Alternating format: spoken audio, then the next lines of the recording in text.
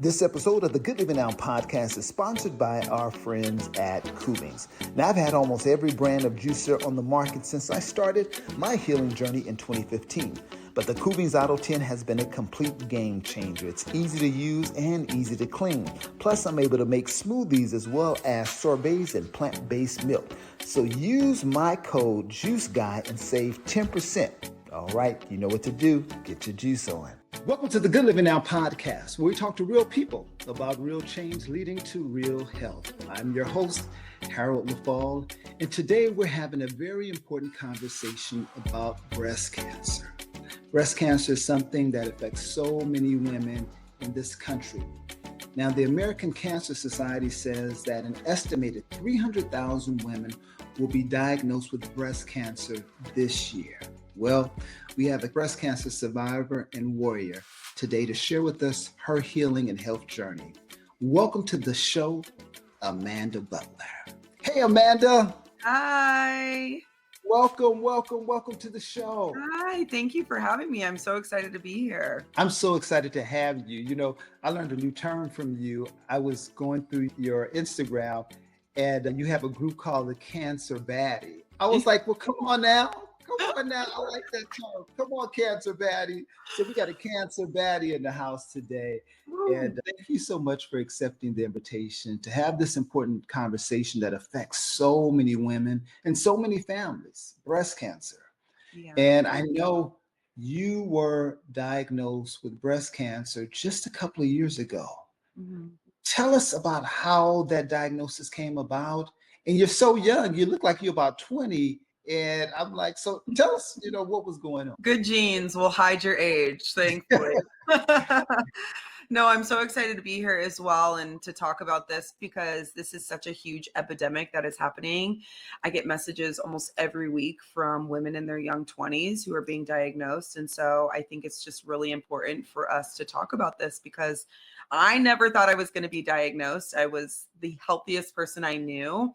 I grew up in a very holistic household where my mom was like, no medicine, we're not eating processed foods. And I really adapted that lifestyle like the vast majority of my life.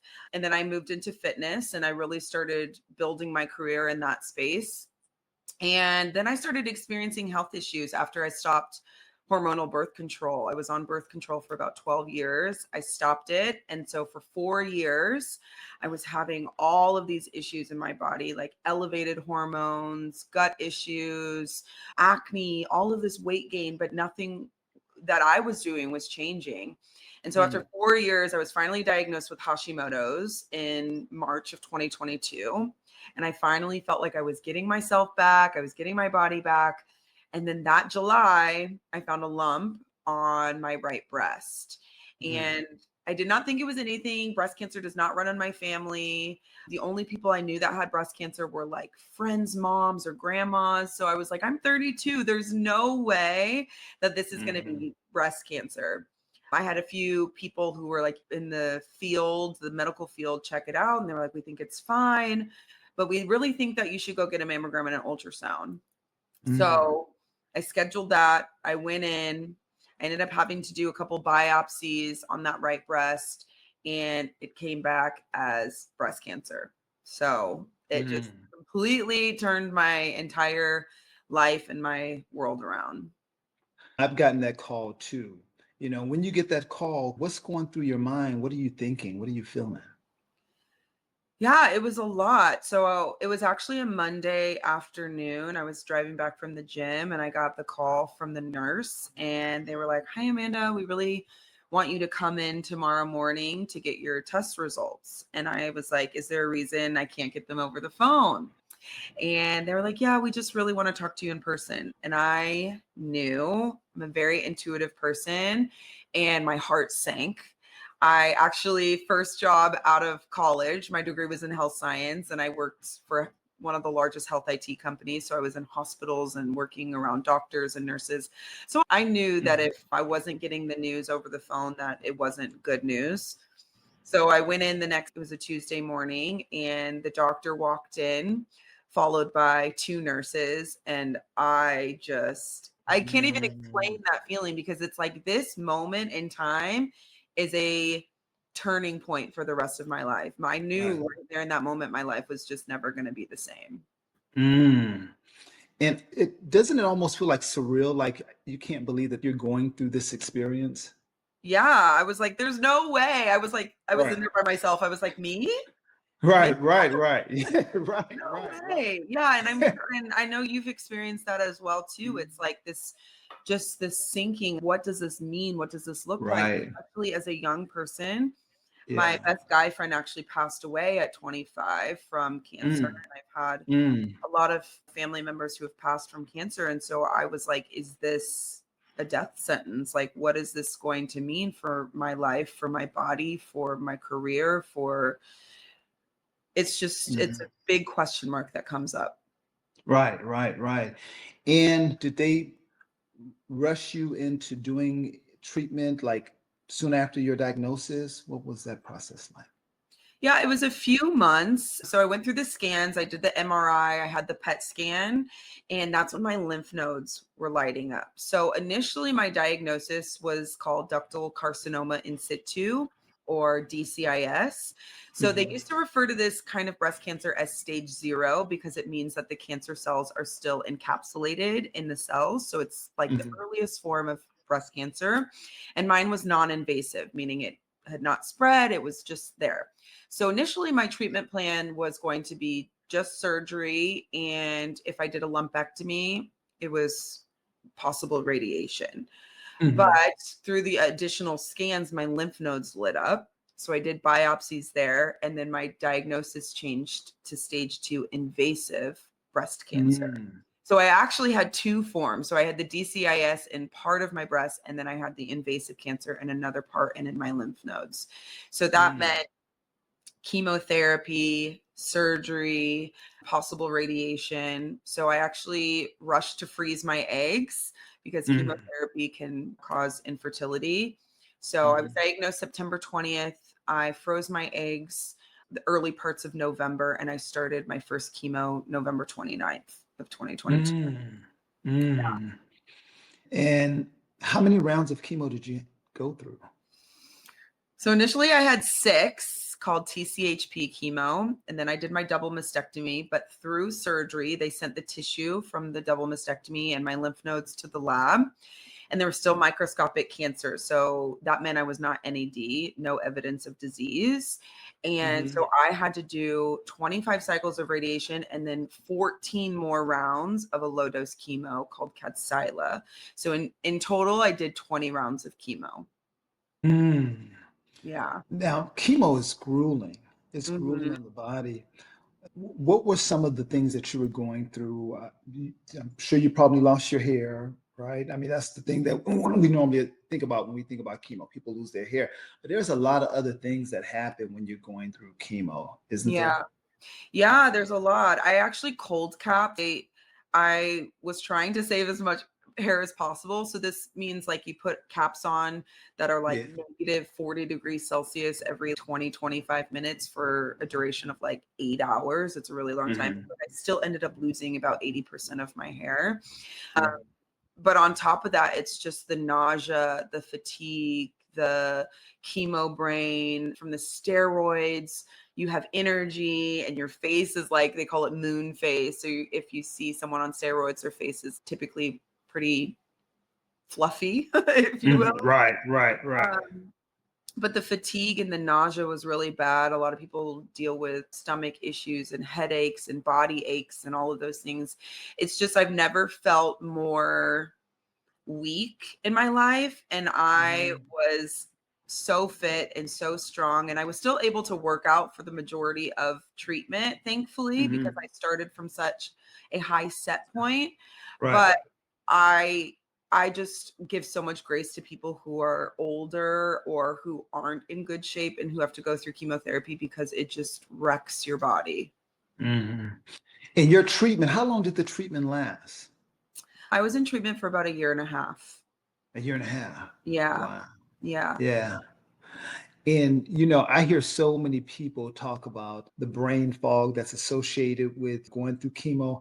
And even after you're done with the treatment, it's like your body is still impacted by what you've gone through. Yes. Yeah. Yeah. hmm I finished my last chemo end of March. I had surgery May, but my body and my mind still feel like I'm in treatment. It's like my Mm. body is trying to catch up to my brain's way of processing because I've been talking about this and I've been doing so much in the cancer world that my mind understands what I've gone through, but my body is still a year behind me. They say Mm. it takes about 2 years for the chemo to leave your body. So we got some Yeah. time. We got some time. Right, right, right. Yeah. And so while you were going through the treatment, were you doing anything different or like nutritionally or any other things that you were doing outside of the chemo, like to help deal with the fatigue, the brain fog and all that type of stuff? Yeah. I mean, my nutrition kind of stayed kind of the same. I will say it was really hard to get in vegetables for me because I was so nauseous all the time. It was really hard to get in those healthy foods. So I was eating a lot of like plain foods. And then on the weeks off where I was feeling good, then I would really try to get in all of my nutrients. So that kind of all stayed the same for me. The only thing that really helped me with the fatigue were these Encer tablets that I took. And that was Mm. a game changer, but I started that actually at the towards the end of my treatment. So it was really like the Mhm. last 4 chemo rounds. And it took Mm. got rid of all of my nausea. It got rid of my fatigue. I was puking almost every day on Kadcyla, which they said is supposed to be easier than regular chemo, but it Mhm. it made me so, so, so sick. And I started taking Encer and it was crazy because on chemo weeks I would take it like 3 times a day and it got Right. rid of so many of those symptoms. Wow, I just recently learned of Encer. I Yeah. didn't know about it. And a lot of people tell me about all of the side effects they go through with chemo, and they just don't know that it's a homeopathic drug. So it's not Mhm. toxic to the body. Now, how did your doctor suggest this to you, or did you find about the Encer on your own?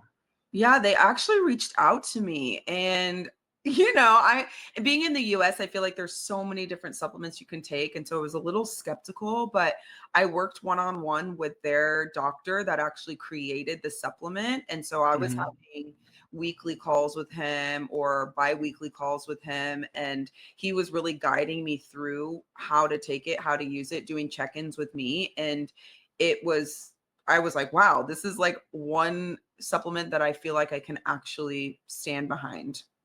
Wow. And what did you just take a daily Yeah, you one or take two? 2 daily, Okay. so once in the morning, once in the afternoon, but on the chemo Mhm. weeks, I was taking it 3 times a day, so, like, morning, afternoon, and early evening, and it just gives you more energy. I don't know how to explain Mm. fatigue from cancer treatment related fatigue, but you feel Right. it in your bones. Like you will have 9 hours of sleep, wake up and just be like, oh, I feel like I can't even open my eyes. And Enser really just gave me this boost of energy and also like mental clarity. So it was really, really helpful. So you have been free of cancer since when? Officially, I guess May. My doctor said last year, but I had a scare again. So I say like I guess end of March. I'll just say my last treatment, end of March. Yeah. Wow. Congratulations. Thank you. Thank Congratulations. you. So, how does it feel now to have gone through everything that you've gone through? And like for me, once I went through that whole cancer experience, every 6 months I would have to go to the doctor to get checked just to make sure everything was okay for like 5 years. And I would still get nervous when I would, go for those appointments. And I think I had a little bit of PTSD for a good period of time. Anytime I would have some kind of weird feeling, I'm like, oh my God, what is this? Yeah. Do you have any of that? And how do you deal with that? I do a little bit. I think it's always going to be in the back of your mind, right? After you go through something as serious and as crazy as cancer, I think that that will always be a part of you that's there that any decision you make, you're like, is this going to cause my cancer to come back? Is this, but I really try to live so presently in the moment that I don't allow that fear to overcome me. I do have PTSD. When I go to the hospital, my body just knows and I get nauseous. I don't know if you experience that, but it's like the chemo nausea comes back. It's like my body remembers. But I really try to live a delusional life where I'm like, I only went through this once and I got it out of the way and I'm never doing it again. So Right. yeah. And, you know, I want to go back to something that you mentioned earlier. You were healthy, you know, you ate well before, you exercised, and you still got this diagnosis. But one of the things that you mentioned and that I recently learned that there is a direct correlation between birth control and cancer. And I don't think a lot of people know that in terms of that it's classified as a carcinogen. Hmm. Yeah. Yeah. Yeah. And it's crazy. And I try to talk about this as much as possible and not to scare people, but really to educate people because I Mhm. think as women and just people in general, there's so much power and knowledge in making informed decisions. And when I got on birth control, I was on the oral pill. And I was on the pill for about 11 years. And I started probably when I was like 16, 17. And when you're at that age, and you go to Planned Parenthood, you're not really worried about cancer. You're not worried about the other side effects. And I don't even know if the doctors tell you. You're kind of just like, I just don't want a baby. And like, I'm going to do anything to not have a baby. And so I was on the pill for 11 years, as were every single one of my friends. And then I switched to the IUD. So I had this Skyla hormonal implant. So basically, they're just pumping synthetic hormones in your body Mm. to replicate the hormones that your body can actually produce. So it kind of regulates your period or stops your period and prevents pregnancy. Well, I stopped after 12 years of being on birth control. I stopped it and my body went crazy. My estrogen was through the roof for 3 to 4 years. And that's why I was going to so many different doctors trying to regulate all of this dysregulation in my body. And it was like all of these separate areas of me that I was trying to treat separately. And I didn't know that it was all connected to each other. I knew some of it was from the birth control because of my elevated hormones, but I didn't really put it all together until my diagnosis because I'm triple positive breast cancer, meaning I'm estrogen, progesterone, and HER2 positive, meaning that the cancer grows on those hormones. So Mm. I felt like it was the perfect storm in my body. And I do have to add, I did have genetic testing done and I'm BRCA2 positive. So if you're BRCA1, BRCA2, it means that you're more susceptible to breast and ovarian cancers and a few other cancers at a lower rate.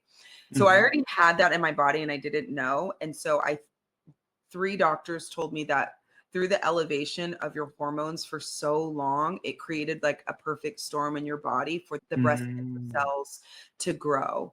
And so I think it's just really important to educate women because a lot of us don't even know about genetic testing unless you're forced to get it due to a cancer diagnosis. But I really believe that our generation was kind of the test subjects on birth control, and we didn't really know much information. And now things are coming out where women are saying, I really think that my breast cancer was due to birth control.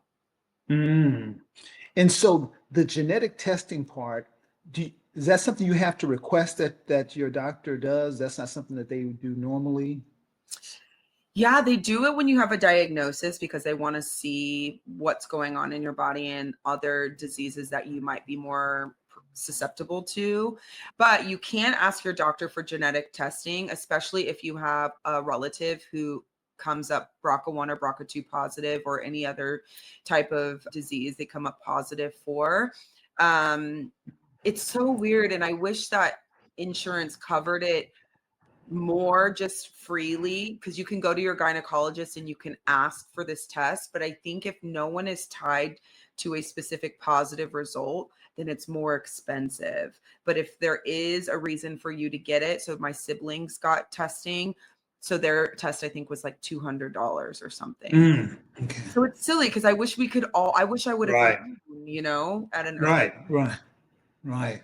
Yeah. So Amanda, you know, I know for me, having gone through the whole cancer experience, it changed me. How Mhm. did this breast cancer experience, how did it change you? It changed me at a cellular level, at a spiritual level, at an emotional level. It really just puts life into perspective, and it really makes you appreciate and be so grateful for just the little things. I, going through cancer, I really was trying to be as positive as possible. And my life motto is, changing what is this, why is this happening to me, to what is this trying to teach me? So I really try Mm, to find lessons in everything. And I just have to remind myself life is so short. Tomorrow is never promised or guaranteed for anyone, regardless of cancer or not cancer. Anything can happen. And so we really just have to view life in that mindset to take the most advantage of the little yeah, moments. yeah. And then you ended up writing a book and you started this organization called Cancer Baddies. Tell us about that. What's Cancer Baddies? Oh, cancer baddies. And that was so funny. Cancer baddies stuck. I literally thought it was going to be just like a filler name, but I wanted to give the power back to the patient to just really be like, no, I am a warrior. I am a baddie. I can get through this. So I started this group as a way to really connect with my community online. I felt like it was a one-way street where I was sharing and I was talking and people were following me and commenting and sharing their stories. And I was like, I want this to be a conversation. Um, I was always hesitant to join support groups because I always felt like they're going to be all, older people. And I don't know if I'm going to be able to relate to them. So I was like, let me just start my own. And Uh, it's with women all around the world, all different types of cancers. And we just have a commonality that we share. And it's just cancer, how we've been affected by it. So mm. I do monthly virtual calls, Zoom calls. I do virtual events every month. And I just hosted a retreat last month Mm. for him as well. Mm. Yeah. That is awesome because when you go through the whole cancer experience, you can feel so lonely and vulnerable, even though you may have people around you, because folks don't really know what you're going through, and sometimes you don't even know how to voice your own, like what you're going through. It's hard to articulate it, and if you're an independent person, it's difficult to ask for support and help. I remember there were times I would be at home in pain and just feeling alone, like nobody cared, and I'd get into this rut, like nobody's checking on me. And well, I'm not, I, I think sometimes you have to tell people how to support you, you Yeah. know, because people sometimes want to support you. And then sometimes, getting a cancer diagnosis can scare people away. I don't know if you've experienced that, but that can, scare people away.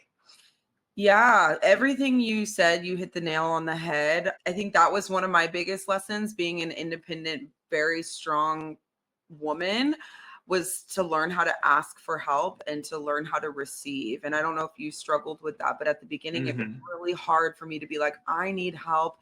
Can you please come with me to this doctor's visit? Because I'm really scared.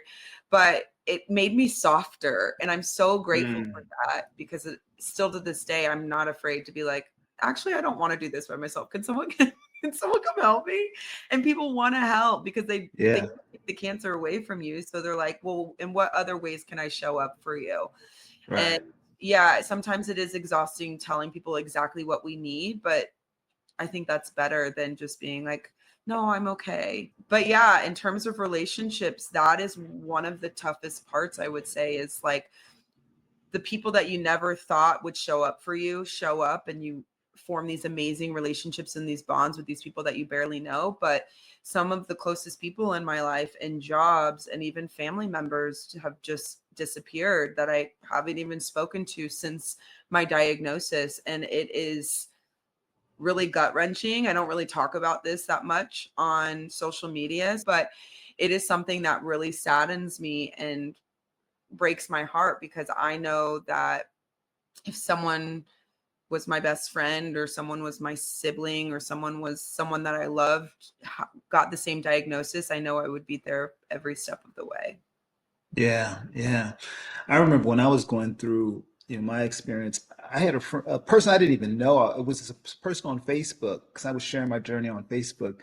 who reached out to me. He would check on me every week, and he said, "Well, on payday, I'm gonna send you $50." And I didn't take the money, but I appreciated just the him. I'm like, and he's That's just so sweet. basically a stranger, and and the folks that were close to me, that wasn't happening. I don't know. Yeah, I guess maybe they just thought I was okay because yeah. how we show up. We show up and we look okay, and people think that we're okay. But I really was pleasantly surprised at the act of kindness from really a stranger.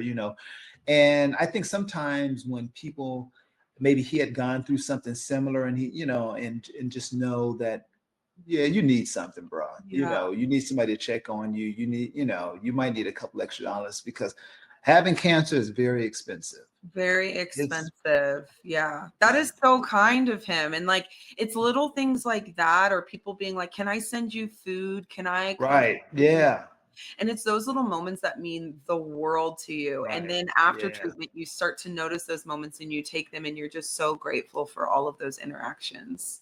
yeah, yeah. And so, wait, you didn't mention your book. Don't you also have a book? I wrote a book during treatment.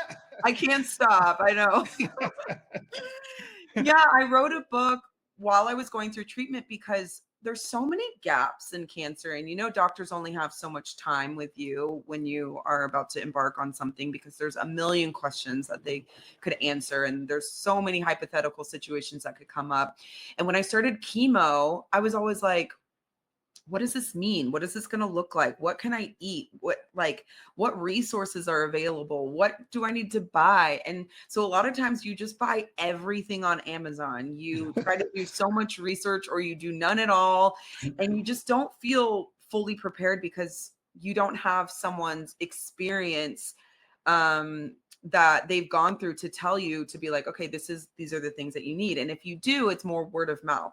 So I was Mhm. like, going through chemo and I was like, I need to write all of this down. I was filming videos, but I was like, I need to like put this together so that I can use this as a support for someone who's about to embark on a chemo journey. So I titled the book, Remember When I Had Cancer, Your Complete Guidebook to Navigating Chemotherapy. And I put it in the Mhm. past tense because I want people to speak it out loud. Remember when I had cancer, as in, I don't have it anymore. Yeah. And it's just a complete guidebook of like, okay, this was my journey. This is how I felt. This is how I prepared. This is how I deal with fatigue. These are the supplements a million supplements that I tried and that I use. And these are the ones that worked for me and my community. And I really took feedback from everyone in my Cancer Baddies group and things that worked for them, things that didn't work. And I compiled this interactive PDF and also an Amazon Kindle version of just an amazing way to prepare yourself as you go into chemo. Wow, that's awesome. That Yeah, is really awesome. thank you. So, what advice would you give to someone right now who is where you were 2 years ago and they're afraid they don't know what the you don't know what the outcome is going to be when you're going through treatment. There's a lot of fear and a lot of unknowns. What Yeah. advice would you give to someone who's in that space right now? Yeah, I mean, I think there's a lot of things that I can say. I think the two like really big things that helped me. I remember at the beginning when I was feeling really scared and all of these emotions, you're angry, you're upset, you're all of these things. And I had to ground myself and remember, Amanda, you felt all of these emotions before in different scenarios throughout your life. You felt the heartache, you felt the letdown, you felt the uncertainty, and you've still got through. So that I use that as like training for the cancer experience. And I was like, I got through those experiences. I can also get through this. And I'm just going to take it one day at a time, one moment at a time, maybe 1 second at a time on the moments when I feel like I can't get through. And so Mhm. that really, really helped me. And I also remember the moment I was actually going in for my biopsy, and I was in this waiting room. It was like a separate back waiting room from the front. And I was with all of these Latina women. And I came in, I sat down, and in my mind, I was like, I don't have cancer. This is just like a routine thing. And a few of the women were crying. They were all speaking in Spanish. And so eventually they noticed that I was like trying to listen in. And So they started speaking in English. And one of the women, she turned to me and she was like, "Why are you here?" And I told her I had a biopsy. And so she was like, "I just beat breast cancer. I've been in treatment for the last year." She's like, "This woman just got diagnosed. These women are going through treatment. We all are having our checkups." She was like, "One thing that you need to remember is that you have to stay mentally strong and positive because your body knows. So if you go into whatever situation is going to happen and you think, I'm going to be sick, I'm not going to make it, or I can't do this, your body will reciprocate that, which I totally believe as well." And she was like, "Whatever happens from here on out, you will be okay. And keep reminding yourself that." And I just broke down in tears because this woman didn't even know me. She didn't know my situation. And to this day, I still remember that moment, and it really helped get me through treatment. That is so important in terms of the mindset, because I remember when I was when I first got the diagnosis, people, when they hear cancer, they think death, but I never thought I was going to die. I just never thought that was going to happen. Other people around me probably did, but I just never, I just knew I was going to be okay.